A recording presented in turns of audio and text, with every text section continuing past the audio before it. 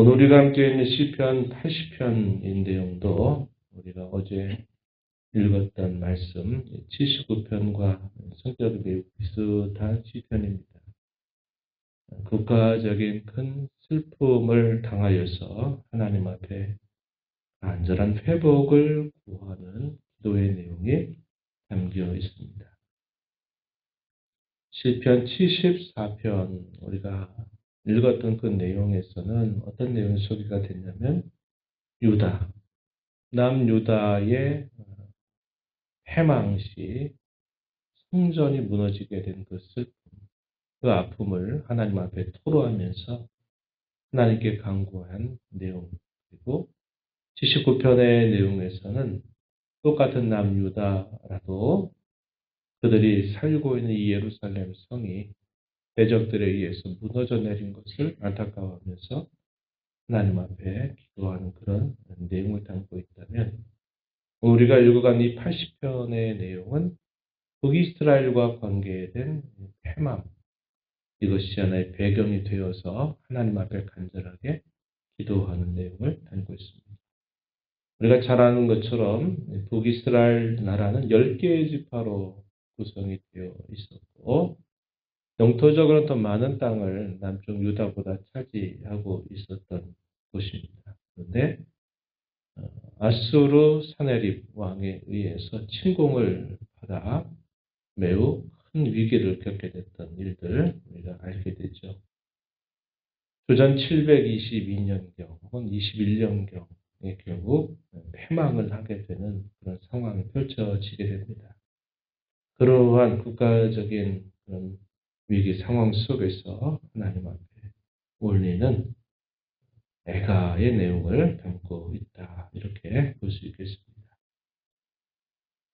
이 말씀의 내용들 속에서 반복되고 있는 중요한 후렴구를 우리가 읽을 수 있겠는데, 3절 말씀 보시면은 하나님이여 우리를 돌이키시고 주의 얼굴빛을 비추사 우리가 구원을 얻게 하소서, 이렇게 표현했습니다. 그리고 7절 가서도 보면 비슷한 내용을 또 아래죠. 만군의 하나님이여 우리를 회복하여 주시고 주의 얼굴의 광채를 비추사 우리가 구원을 얻게 하소서, 이렇게 표현했습니다. 그리고 19절 마지막 절도 가서 보시면 역시 이렇게 표현하죠. 만군의 하나님 여호와여 우리를 돌이켜 주시고 주의 얼굴의 광채를 우리에게 비추소서, 그러면 우리가 구원을 얻을 것입니다, 이렇게 표현되어 있습니다. 주님의 얼굴의 광채를 비추어 달라, 이 표현이 반복되죠. 주의 얼굴의 빛을 우리에게 비춰주신다면, 얼굴의 광채를 우리에게 비춰주시게 된다면 우리는 구원을 받게 될 것입니다, 이렇게 표현하고 있어요. 16절 말씀을 넘어가서 보시면요. 16절 하반절에 보면요. 주의 면책으로 말미암아 멸망한다, 이렇게 말했습니다. 면책이라고 하는 게 뭘까요? 얼굴을 대면해서 책망한다, 이런 의미를 우리 문자대로 전달했죠.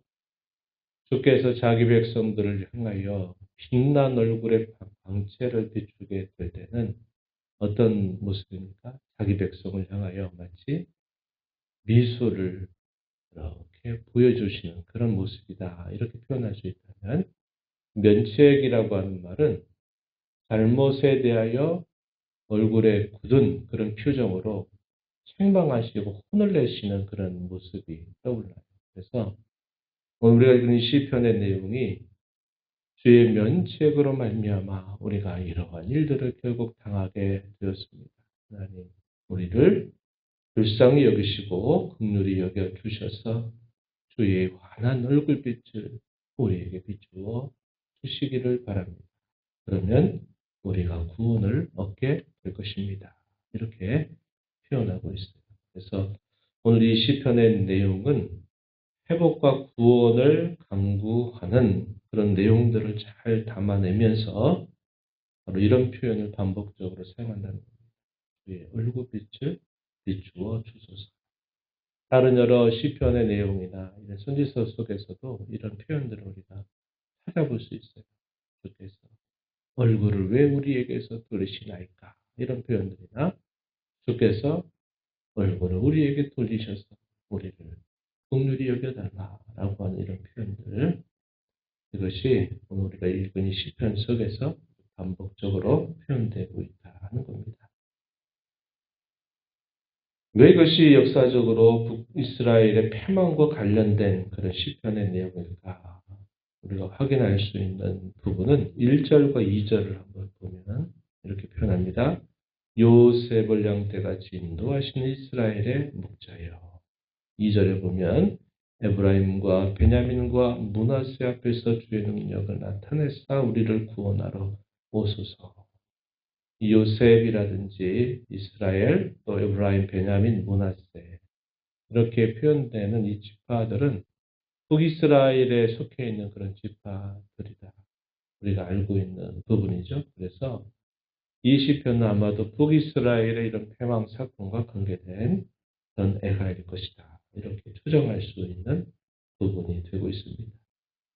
여호와 하나님 어떤 분으로 묘사하느냐? 이스라엘의 목자라고 묘사하죠. 그룹 사이에 좌정하시는 이라고 표현합니다. 하나님이 바로 자기 백성들에게 그러한 분이시다. 이렇게 고백하고 강구하는 내용은 우리가 읽었던 것처럼 3절과 7절, 19절 계속 표현하고 있는 것이 얼굴빛을 비추어 주셔서 우리로 구원을 얻게 해달라라고 하는 그런 간구를 거듭하여 올리고 있음을 보게 됩니다. 그럼 왜 이러한 간구를 하는가? 어떤 처지에서 이렇게 하는가? 4절로부터 7절 내용 읽은 말씀에 보면은 그들의 상황이 눈물로 양식을 삼을 수밖에 없는 그런 상황에 처해 있다 하는 것을 우리로 알게 해줍니다. 4절에 보면 만군의 하나님 여호와의 주의 백성의 기도에 대하여 어느 때까지 노하시리까? 하나님께서 계속 그 백성들에게 얼굴빛을 돌리지 않는 그런 상황이 계속되고 있음을 보여주죠. 5절에 주께서 그들에게 눈물의 양식을 먹이시며 많은 눈물을 마시게 하셨습니다. 이렇게 고백합니다. 6절에 보면 이웃에게 다툼거리가 되게 하시니 원수들이 비웃습니다. 라고 이렇게 고백합니다. 그러한 상황 속에 놓여 있다 하는 것을 보여주고 있어요. 그런 상황에서 기도를 올리고 있다 하는 것을 우리가 보게 됩니다. 그러면서 그들이 역사 속에서 하나님이 어떠한 일들을 그들에게 행해 주셨는가 하는 것을 하나의 비유를 통해서 고백하는 내용이 이 8절부터 쭉 이하에 소개되는 말씀에 우리가 확인할 수 있는데요. 8절에 한번 보시면은 이렇게 말합니다. 주께서 한 포도나무를 애굽에서 가져다가 그것을 심으셨다 이렇게 말합니다.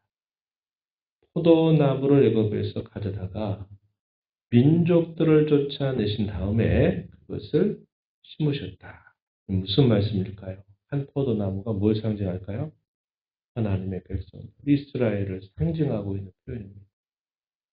출애굽 사건을 이렇게 비유로 설명을 하고 있는 거죠. 포도나무는 하나님의 백성, 이스라엘을 나타내고 있는 표현이다. 이렇게 이해할 수 있는 대목이죠. 9절에 주께서 그 앞서 가꾸셨으므로 그 뿌리가 깊이 박혀서 땅에 가득하였습니다. 그 그늘이 산들을 가리고 그 가지는 하나님의 백향목과 같았습니다. 그 가지는 바닥까지 뻗고 넝쿨이 강까지 미쳤습니다. 이것은 뭘 말할까요? 그들이 하나님의 은혜로 말미암아 번성하고 번영을 누렸던 그 때를 표현하고 있는 말씀이죠. 그런데 상황이 바뀌었습니다. 어떻게 바뀌었을까요? 12절 주께서 어찌하여 그 담을 허시사. 주께서 그 포도나무를 심어 잘 가꾸어 그것이 아주 번성하고 번영하였는데 그 망대를 걷어버린 겁니다. 망대를 걷어버리게 되니까 지나가는 사람들이 그걸 다 따먹는 거예요. 그리고 숲속의 돼지들과 들짐승들이 그것을 다 와서 망쳐 놓는 것입니다. 담을 걸었다는 게 뭘까요? 하나님이 친히 보호자가 되셔서 망대와 같이 담이 되어주셨는데 하나님이 그 담을 허셨다 이 말은 하나님이 그들에게서 떠나셨다는 거죠. 떠나시게 되는 일이 일어나게 되니까 그때부터 주변에 있는 이방 나라들의 노략거리가 돼서 큰 어려움을 당하게 된 것을 말해주고 있는 것입니다. 그 내용들 소개가 쭉 되고 있는 말씀이죠. 16절 앞부분에 보면은 이렇게 말합니다. 그것이 불타고 배임을 당하며 주의 면책으로 말미암아 멸망합니다. 이렇게 고백을 해줍니다. 그들이 징계를 받게 되는 일을 통하여서 지금 큰 고초와 시련을 당하고 있는 상황을 이렇게 표현하면서 하나님 다시 얼굴빛을 우리에게 비춰주소서. 주 얼굴의 광채를 비추어 주셔서 우리를 구원하여 주소서. 이렇게 간구를 올리고 있는 내용이 되는 겁니다. 우리가 이와 비슷한 비유를 어디에서 우리가 확인하게 되냐면 이사야서 5장 1절부터 7절 말씀에 이와 아주 비슷한 비유를 우리가 살펴봐요. 그때의 그 비유의 내용은 주로 유다를 중심으로 한 내용이에요. 물론 하나님 백성 전체라고 볼 수 있지만 유다에게 하나님의 말씀을 증언하였던 선지자 이사야는 이 유다에 대하여 이렇게 비유를 통해서 깨우쳐줬어요. 하나님께서 극상품 포도나무를 좋은 터를 닦고 거기에 망대를 세워서 그 포도나무를 심었대요.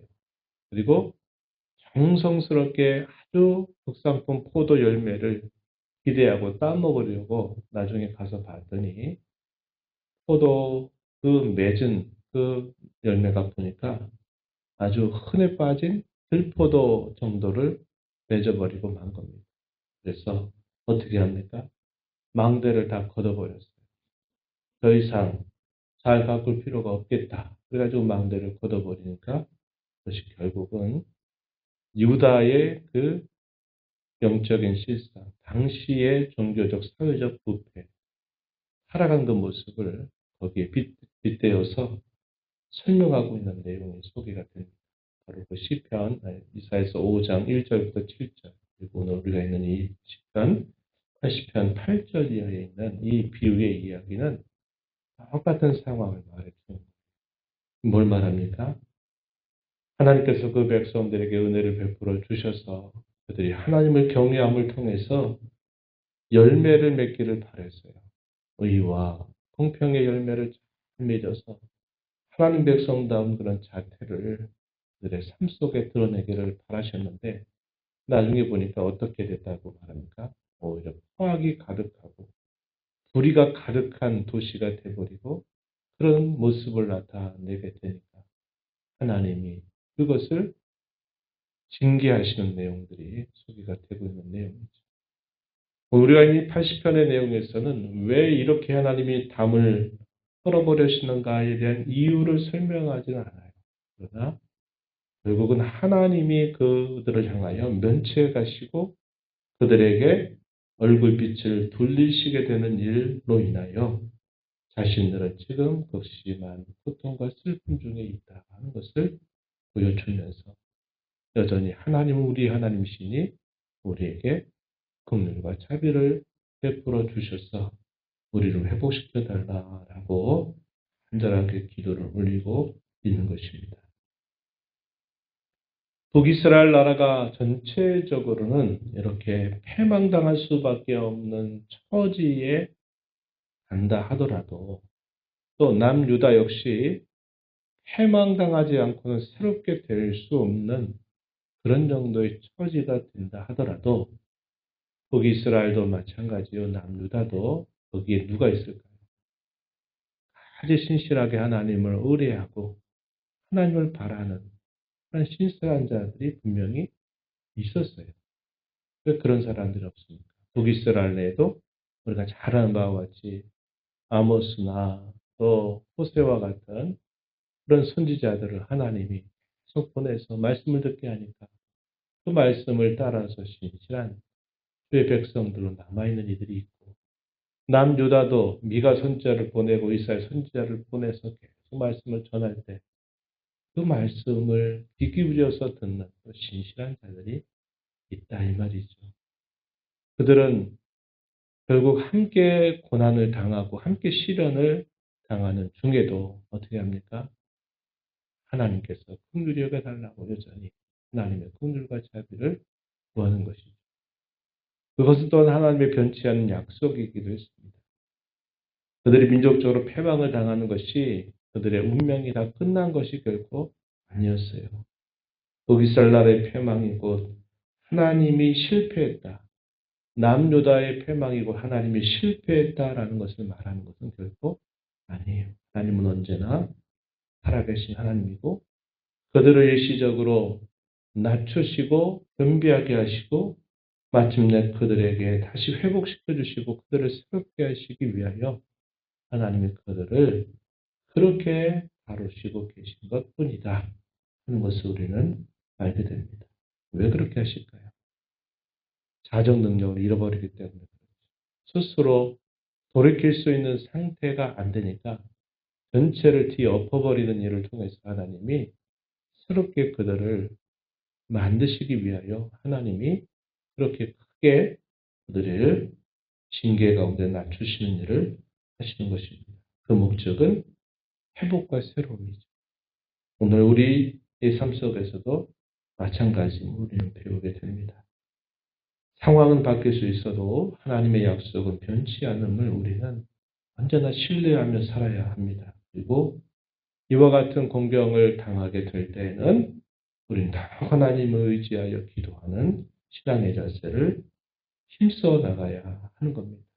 이것을 우리가 이 시편 통해서 배우게 되고 우리가 살아가고 있는 오늘의 삶을 되돌아보면서 하나님께서 우리에게 기쁨의 미소를 지으실지 아니면 얼굴이 굳어져서 너 그렇게 하면 안 된다라고 우리에게 면책과 같은 그런 얼굴을 향하실지 우리는 행의 우리 삶 속에 그런 하나님의 모습을 돌아보면서 바르고 또 합당한 삶을 우리 앞에서 살아가도록 힘써 나가야 하겠습니다.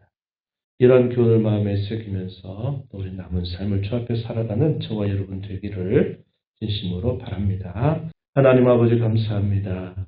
한 주간 동안에도 아버지의 돌보심과 붙드심의 은혜 안에 살게 하셨다가 오늘 복되고 거룩한 주일 새벽 시간 또 저희들을 깨워주셔서 주 앞에 나와 또 찬양드리며 경배하게 하심을 감사드립니다.